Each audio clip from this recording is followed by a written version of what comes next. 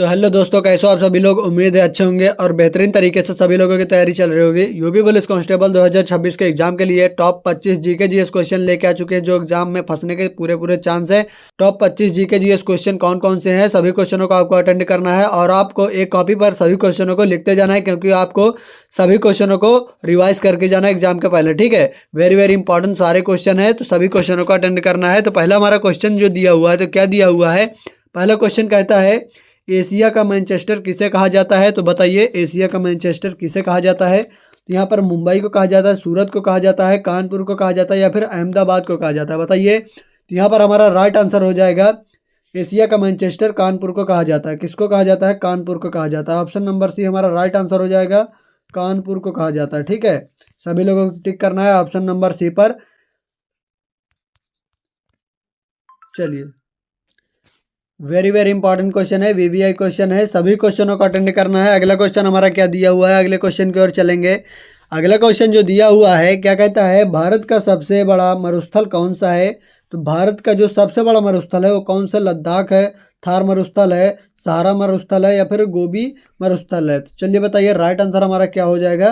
तो right answer हमारा हो जाएगा सबसे बड़ा जो मरुस्थल है वो थार मरुस्थल कहलाता है। ठीक है, कौन सा कहलाता है? थार मरुस्थल। ठीक है, सभी लोगों को टिक करना है थार मरुस्थल पर। जो लोग टिक नहीं किए हैं ऑप्शन नंबर बी पर सभी लोगों को टिक करना है। ठीक है, वीवीआई क्वेश्चन है ये। चलिए अगले क्वेश्चन की ओर चलेंगे। जितने भी क्वेश्चन लिए गए हैं लूसेंट बुक से छांट कर क्वेश्चन लिए गए हैं, जो एग्जाम में आने के पूरे चांस हैं।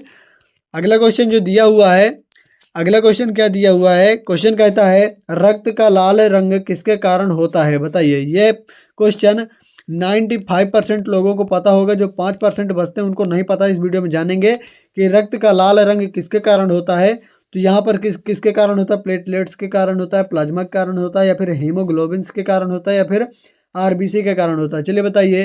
तो हमारा राइट आंसर हो जाएगा हीमोग्लोबिन्स के कारण होता है। किसके कारण? ऑप्शन नंबर सी, हीमोग्लोबिन्स के कारण हमारा रक्त का लाल रंग होता है। ठीक है, चलिए अगले क्वेश्चन की ओर चलेंगे। अगला क्वेश्चन हमारा क्या दिया हुआ है। अगला क्वेश्चन कहता है ध्वनि तरंगे किस माध्यम में सबसे तेज चलती हैं। बताइए ध्वनि तरंगे किस माध्यम में सबसे तेज चलती हैं। तो जल में चलती हैं, वायु में चलती हैं या फिर निर्वात में चलती हैं या फिर ठोस में चलती हैं। तो यहाँ पर 90% लोगों का जवाब होगा कि राइट आंसर हमारा क्या हो जाएगा? वायु हो जाएगा। लेकिन हमारा राइट आंसर वायु बिल्कुल भी नहीं होगा। हमारा राइट आंसर हो जाएगा ठोस में सबसे ज़्यादा तेज गति होती है ध्वनि तरंगे की। ठीक है, ध्वनि तरंगे ठोस, जैसे लोहा हो गया, लोहा, स्टील, कांच, ठीक है, इत्यादि पर, इन सब चीज़ों पर सबसे ज़्यादा तेज गति होती है ध्वनि तरंगे की। ठीक है, चलिए अगले क्वेश्चन की ओर चलेंगे। अगला क्वेश्चन क्या दिया हुआ है। अगला क्वेश्चन हमारा क्या दिया हुआ है यहाँ पर देखेंगे। क्वेश्चन कहता है हल्दी घाटी का युद्ध, हल्दी घाटी का युद्ध किनके बीच लड़ा गया था। ये आपको बताना है। शाहजहां राव प्रताप जी के बीच लड़ा गया था या फिर अकबर महाराणा प्रताप जी के बीच लड़ा गया था या फिर जहांगीर प्रताप जी के बीच में लड़ा गया था या फिर अकबर राणा सांगा के बीच लड़ा गया था। चलिए बताइए। तो राइट आंसर हमारा क्या हो जाएगा। तो राइट आंसर हमारा हो जाएगा अकबर महाराणा प्रताप के बीच लड़ा गया था। ठीक है, ऑप्शन नंबर बी हमारा राइट आंसर हो जाएगा। अकबर महाराणा प्रताप के बीच, दोनों के बीच लड़ा गया था। ऑप्शन नंबर बी हमारा राइट आंसर हो जाएगा। जिन लोगों ने ऑप्शन नंबर बी पर टिक किया उनको 100% राइट आंसर होने वाला है। तो अगली क्वेश्चन की ओर चलेंगे। अगला क्वेश्चन हमारा क्या दिया हुआ है, बड़ा ही शानदार क्वेश्चन है। अगला क्वेश्चन कहता है खानवा का युद्ध किस वर्ष हुआ था। बताइए खानवा का युद्ध किस वर्ष हुआ था। तो यहाँ पर 1527 ईस्वी में हुआ था, 1537 में हुआ था, 1530 में हुआ था, 1540 में हुआ था। तो ये आपको बताना है। ठीक है, तो हमारा राइट आंसर क्या होगा।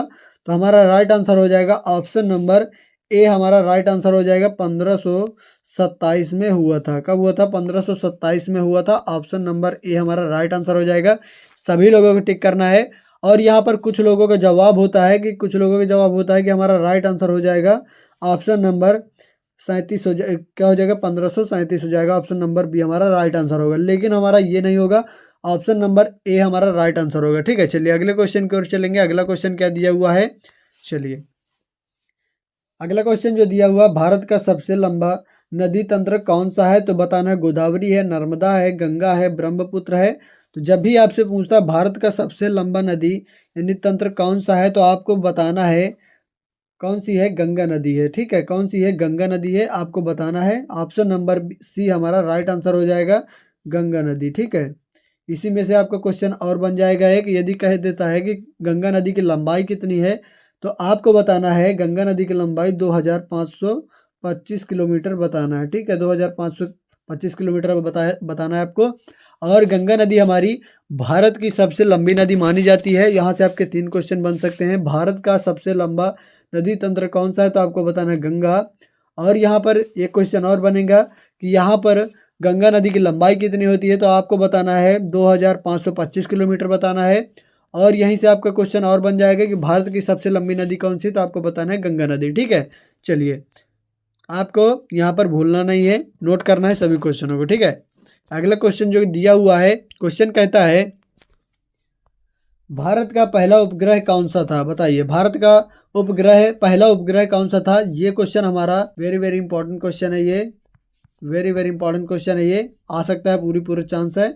भास्कर है, आर्यभट्ट है, रोहिणी है, या फिर इनमें से कोई नहीं। तो हमारा राइट आंसर क्या हो जाएगा, तो जो भारत का पहला उपग्रह माना जाता है वो आर्यभट्ट माना जाता है। किसको माना जाता है, आर्यभट्ट जी को माना जाता है। ठीक है, आर्यभट्ट जी को माना जाता है। और कुछ लोग टिक करते हैं कि राइट आंसर हमारा रोहिणी हो जाएगा, लेकिन रोहिणी हमारा राइट आंसर नहीं होगा। ऑप्शन नंबर बी हमारा राइट आंसर होगा, आर्यभट्ट को माना जाता है पहला उपग्रह भारत का। ठीक है, चलिए अगले क्वेश्चन की ओर चलेंगे। अगला क्वेश्चन जो दिया हुआ है, अगला क्वेश्चन कहता है मीनाक्षी मंदिर कहाँ पर स्थित है। मीनाक्षी मंदिर कहाँ पर स्थित है, मदुरई पे स्थित है, या फिर कोणार्क में स्थित है, या फिर वाराणसी में स्थित है, या फिर माउंट आबू पर स्थित है। तो हमारा राइट आंसर क्या हो जाएगा, ये आपको बताना है।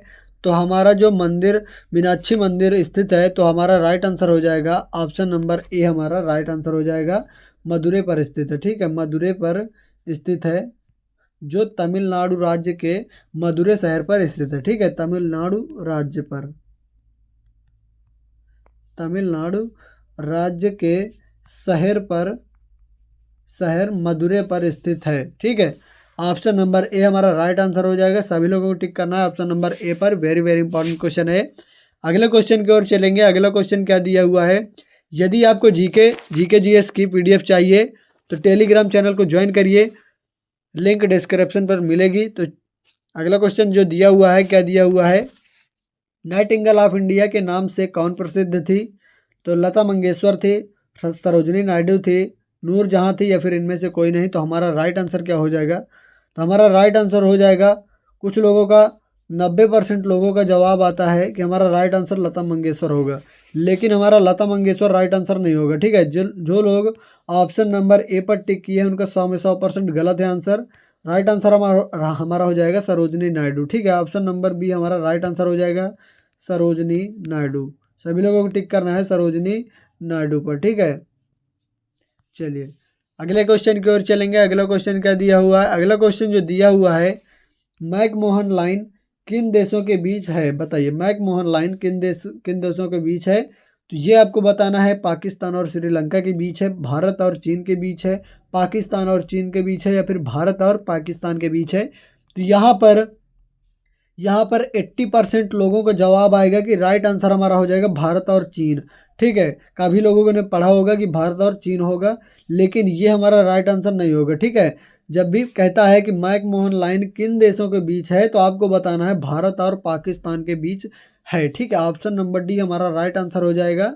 यहाँ पर क्या हो जाएगा, इंडिया से। ठीक है, इंडिया और पाकिस्तान के बीच है मैकमोहन लाइन। ठीक है, चलिए अगले क्वेश्चन की ओर चलेंगे। अगला क्वेश्चन हमारा क्या दिया हुआ है, अगला क्वेश्चन कहता है भारत के पहले मुस्लिम राष्ट्रपति कौन थे। भारत के पहले मुस्लिम राष्ट्रपति कौन थे, तो राइट आंसर हमारा क्या होगा, ये आपको बताना है। डॉक्टर एपीजे अब्दुल कलाम होगा, फारूकुद्दीन अली अहमद होगा, या फिर डॉक्टर जाकिर हुसैन होगा, या फिर इनमें से कोई नहीं। तो हमारा राइट आंसर क्या कहलाता है, तो जब भी कहता है भारत के पहले मुस्लिम राष्ट्रपति कौन थे, तो आपको बताना है डॉक्टर जाकिर हुसैन। ठीक है, डॉक्टर जाकिर हुसैन हमारे भारत के पहले मुस्लिम राष्ट्रपति माने जाते हैं, डॉक्टर जाकिर हुसैन। ठीक है, जाकिर हुसैन, सॉरी यहाँ पर एक गलत है, हुसैन। चलिए ऑप्शन नंबर सी हमारा राइट आंसर हो जाएगा। सभी लोगों को टिक करना है ऑप्शन नंबर सी पर। अगले क्वेश्चन की ओर चलेंगे। अगला क्वेश्चन क्या दिया हुआ है, यदि यूपी पुलिस के लिए आपको हिंदी की क्लास चाहिए तो चैनल पर जाइए, हिंदी की क्लास काफ़ी सारी पड़ी हुई है, वहाँ से जाकर विजिट कीजिए और क्लास को ज्वाइन कीजिए। ठीक है। अगला क्वेश्चन हमारा क्या दिया हुआ है, भारत के किस राज्य में कोई रेलवे स्टेशन नहीं है, बताइए। भारत के किस राज्य में कोई रेलवे स्टेशन नहीं है, ये हमारा 90% आने का पूरा पूरा चांस है। तो यहाँ पर कौन सा होगा, जम्मू कश्मीर होगा, हिमाचल प्रदेश होगा, या फिर मेघालय होगा, या फिर अरुणाचल प्रदेश होगा। तो हमारा राइट आंसर क्या हो जाएगा, वो जो राज्य है जो कोई रेलवे स्टेशन नहीं है, तो हमारा मेघालय राज्य है। कौन सा है, मेघालय है। ठीक है, मेघालय हमारा राइट आंसर हो जाएगा, मेघालय। ऑप्शन नंबर सी हमारा राइट आंसर हो जाएगा। चलिए अगले क्वेश्चन की ओर चलेंगे। अगला क्वेश्चन हमारा जो दिया हुआ है यहाँ पर देखेंगे तो क्वेश्चन कहता है बन सागर बांध किस नदी पर बना है, बताइए। बन सागर बांध किस नदी पर बना है, तो आपको बताना है नर्मदा नदी पर, सोन नदी पर, कावेरी पर, या फिर गंगा नदी पर। तो हमारा राइट आंसर क्या हो जाएगा, तो जो बन सागर बांध जो स्थित है यानी है तो किस नदी के किनारे पर बसा है यानी बना है, तो हमारा सोन नदी के किनारे से। ठीक है, सोन नदी के ऑप्शन नंबर बी हमारा राइट आंसर हो जाएगा। सभी लोगों को टिक करना है। चलिए अगले क्वेश्चन की ओर चलेंगे। अगला क्वेश्चन क्या दिया हुआ है, क्वेश्चन दिया हुआ है स्टेट बैंक ऑफ इंडिया का राष्ट्रीयकरण कब किया गया था। स्टेट बैंक ऑफ इंडिया का राष्ट्रीयकरण कब किया गया था, 1 जनवरी 1949 ईस्वी को किया गया था, 26 जनवरी 1950 को, 1 जुलाई 1955 को, या फिर 19 जुलाई 1969 ईस्वी को। तो ये बताना है आपको। ठीक है, तो हमारा राइट आंसर हो जाएगा ऑप्शन नंबर सी हमारा राइट आंसर हो जाएगा, 1 जुलाई 1955 ईस्वी को किया गया था। ठीक है, ऑप्शन नंबर सी हमारा राइट आंसर हो जाएगा। सभी लोगों को टिक करना है ऑप्शन नंबर सी पर। ठीक है, और कुछ लोग टिक करते हैं कि राइट आंसर हमारा हो जाएगा ऑप्शन नंबर ए, 1 जनवरी 1949 ईस्वी को, लेकिन हमारा ये बिल्कुल भी नहीं होगा। ठीक है, ऑप्शन नंबर सी पर आपको टिक करना है। चलिए अगले क्वेश्चन की ओर चलेंगे। अगला क्वेश्चन क्या दिया हुआ है, सबसे अधिक गन्ना उत्पादक राज्य कौन सा है, तो उत्तर प्रदेश है, महाराष्ट्र है, कर्नाटक है, आंध्र प्रदेश है। तो ये आपको बताना है। तो हमारा राइट आंसर हो जाएगा option number A, Uttar Pradesh. ठीक है, उत्तर प्रदेश राइट आंसर हो जाएगा। सभी लोगों को टिक करना है, Uttar Pradesh UP. Option number A हमारा राइट आंसर हो जाएगा। सबसे अधिक गन्ना उत्पादक राज्य जो है वो उत्तर प्रदेश को माना जाता है। चलिए अगले क्वेश्चन की ओर चलेंगे। अगला क्वेश्चन जो दिया हुआ है, क्या दिया हुआ है, क्वेश्चन कहता है भारत की सबसे लंबी सीमा किस देश की लगती है, बताइए। चीन की लगती है, पाकिस्तान की लगती है, नेपाल की लगती है, बांग्लादेश की लगती है। तो यहाँ पर 98% लोगों का जवाब होता है कि हमारा राइट आंसर हो जाएगा चीन लगती है, लेकिन हमारा चीन बिल्कुल भी नहीं होगा। तो राइट आंसर हमारा क्या हो जाएगा, राइट आंसर हो जाएगा बांग्लादेश। भारत की सबसे लंबी सीमा बांग्लादेश की लगती है, किसकी, बांग्लादेश की। ठीक है, बांग्लादेश की लगती है। ऑप्शन नंबर डी हमारा राइट आंसर हो जाएगा। अगले क्वेश्चन की ओर चलेंगे। ये जो क्वेश्चन है हमारा, ये क्वेश्चन हमारा मोस्ट इंपॉर्टेंट है, ये आने का पूरा पूरा चांस है, तो आपको मिस नहीं करना। सभी क्वेश्चनों को आपको लिखते जाना है कॉपी पर। ठीक है, क्योंकि आपको एग्जाम के पहले इन सभी क्वेश्चनों को रिवाइज करना है। ठीक है, चलिए अगले क्वेश्चन की ओर चलेंगे। अगला क्वेश्चन जो दिया हुआ है, क्वेश्चन कहता है विश्व का चीनी का कटोरा किसे कहा जाता है, विश्व का चीनी का कटोरा किसे कहा जाता है, तो ये आपको बताना है। तो विश्व का चीनी का कटोरा कहा जाता है, चीन को कहा जाता है, भारत को कहा जाता है, क्यूबा को कहा जाता है, या फिर फिजी को कहा जाता है, बताइए। तो हमारा राइट आंसर हो जाएगा। तो यहाँ पर कुछ लोगों का जवाब होता है चीन हो जाएगा। चीन का क्वेश्चन देखकर चीन नहीं होगा। ठीक है, हमारा राइट आंसर हो जाएगा क्यूबा, राइट आंसर होगा। ठीक है, क्यूबा हमारा राइट आंसर हो जाएगा। ऑप्शन नंबर सी हमारा राइट आंसर हो जाएगा। सभी लोगों को टिक करना है ऑप्शन नंबर सी पर। ठीक है, चलिए अगले क्वेश्चन की ओर चलेंगे। अगला क्वेश्चन जो दिया हुआ है, क्या कहता है ज्ञानपीठ पुरस्कार किस क्षेत्र के लिए दिया जाता है, बताइए। ज्ञानपीठ पुरस्कार किस क्षेत्र के लिए दिया जाता है, फिल्म के लिए दिया जाता है, साहित्य के लिए दिया जाता है, या फिर खेल के लिए दिया जाता है, या फिर विज्ञान के लिए दिया जाता है, चलिए बताइए। तो हमारा राइट आंसर क्या हो जाएगा, ऑप्शन नंबर बी हमारा राइट आंसर हो जाएगा, साहित्य के लिए दिया जाता है। जो ज्ञानपीठ पुरस्कार है वो साहित्य के लिए दिया जाता है? ऑप्शन नंबर बी हमारा राइट आंसर हो जाएगा। सभी लोगों को टिक करना है ऑप्शन नंबर बी पर, ठीक है। चलिए अपना स्कोर भी बताना है लास्ट में कि आपके 25 क्वेश्चन में से कितने क्वेश्चन सही हैं। यदि आपको जीके जीएस जनरल साइंस की भी वीडियो चाहिए तो चैनल पर जाइए, काफ़ी सारी वीडियो पड़ी हुई हैं और बेस्ट से बेस्ट क्वेश्चनों को रिवाइज करिए, ठीक है। अगला क्वेश्चन क्या दिया हुआ है? क्वेश्चन कहता है लज्जा नामक किताब की लेखिका का नाम है, बताइए। तो यहाँ पर लज्जा नामक किताब की लेखिका का क्या नाम है? तो तस्लीमा नसरीन नाम है, या फिर तहमीना दुरानी नाम है, या फिर तरला दलाल नाम है, या फिर इनमें से कोई नहीं। तो हमारा राइट आंसर क्या हो जाएगा? हमारा राइट आंसर हो जाएगा ऑप्शन नंबर ए हमारा राइट आंसर हो जाएगा, तस्लीमा नसरीन, ठीक है। ऑप्शन नंबर ए हमारा राइट आंसर होगा। सभी लोगों को टिक करना है ऑप्शन नंबर ए पर। चलिए अगले क्वेश्चन की ओर चलेंगे। ये जो क्वेश्चन हमारा दिया हुआ है, ये क्वेश्चन हमारा पीवाई की क्वेश्चन है, ठीक है। ये भी हमारा क्वेश्चन पीवाई की क्वेश्चन है। ये कई बार हमारा क्वेश्चन पूछा गया है और आपको ये क्वेश्चन आपको रिवाइज करना है, ठीक है। चलिए अगले क्वेश्चन की ओर चलेंगे। अगला क्वेश्चन क्या दिया हुआ है? महाभारत किसने लिखी? बताइए महाभारत किसने लिखी? तो राइट आंसर क्या हो जाएगा? तो वाल्मीकि जी ने लिखी, वेद व्यास ने लिखी, सूरदास ने लिखी, कोई नहीं। तो राइट आंसर हमारा क्या हो जाएगा इनमें से? तो हमारा राइट आंसर क्या हो जाएगा? यहाँ पर 99% लोगों का जवाब होता है कि राइट आंसर हमारा वाल्मीकि होगा, लेकिन हमारा वाल्मीकि राइट आंसर बिल्कुल भी नहीं होगा।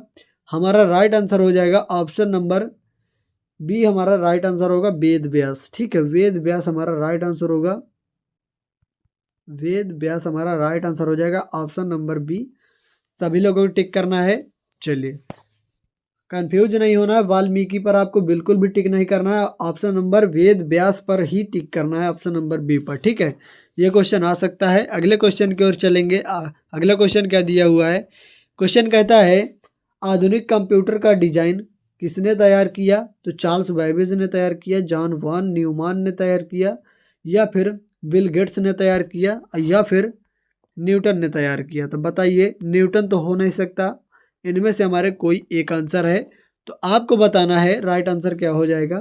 तो राइट आंसर हमारा हो जाएगा ऑप्शन नंबर बी, हमारा राइट आंसर होगा जॉन वॉन न्यूमान ने किया था आधुनिक कंप्यूटर का डिजाइन, ठीक है।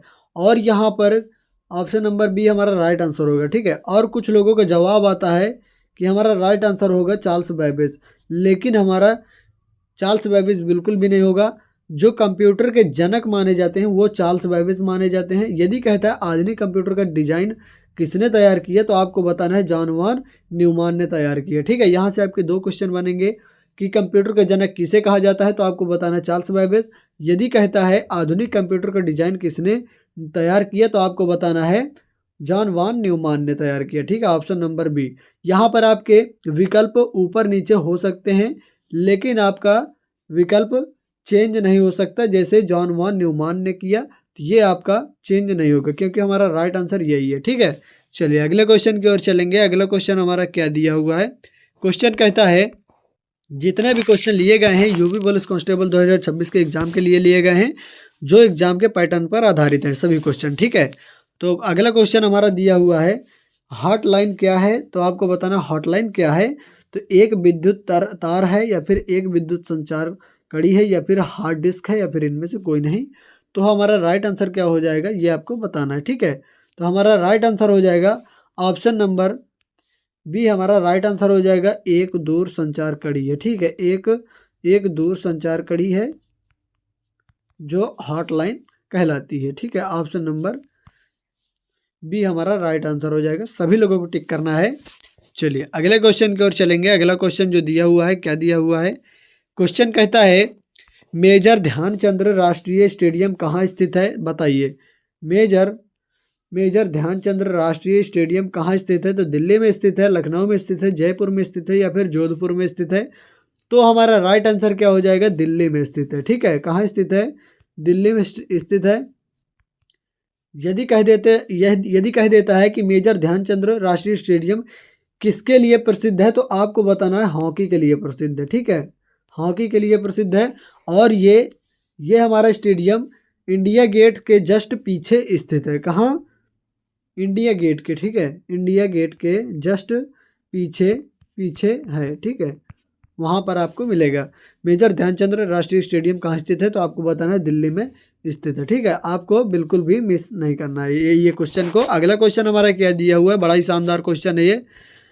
अगला क्वेश्चन कहता है सुंदरवन किसके लिए प्रसिद्ध है, बताइए सुंदरवन किसके लिए प्रसिद्ध है। तो पांडा के लिए प्रसिद्ध है, भालू के लिए प्रसिद्ध है, बाघ के लिए प्रसिद्ध है, या फिर हिरन के लिए प्रसिद्ध है। तो हमारा राइट आंसर क्या हो जाएगा, तो हमारा राइट आंसर हो जाएगा बाघ के लिए प्रसिद्ध है। किसके लिए, बाघ के लिए प्रसिद्ध है। सुंदरवन किसके लिए प्रसिद्ध है, बाघ के लिए प्रसिद्ध है, ठीक है। Option number B, sorry option number C हमारा राइट आंसर हो जाएगा। सभी क्वेश्चन को आपको अटेंड करना है, ठीक है। और अपना स्कोर कमेंट में बताइए फटाफट कि आपके 25 क्वेश्चन में से कितने क्वेश्चन सही निकले हैं और कितने गलत निकले हैं। बताइए 25 में से आपके कितने सही निकले हैं, आपको ये स्कोर बताना है, ठीक है। स्कोर जरूर बताना है आपको, स्कोर आपको जरूर बताना है, ठीक है। यदि आपको GK GS general science Hindi की वीडियो चाहिए, चैनल पर जाइए, मोस्ट इम्पॉर्टेंट की क्लास पड़ी हुई हैं, जो एग्ज़ाम के पैटर्न पर आधारित सभी प्रश्न लिए गए हैं, जो एग्ज़ाम में आने के पूरे चांस हैं। यदि आपका कोई भी डाउट हो तो कमेंट करिए। तो चलिए मिलते हैं नेक्स्ट वीडियो में, तब तक के लिए चैनल को सब्सक्राइब कर लीजिएगा। तो चलिए मिलते हैं नेक्स्ट वीडियो में, तब तक के लिए जय हिंद, वंदे मातरम।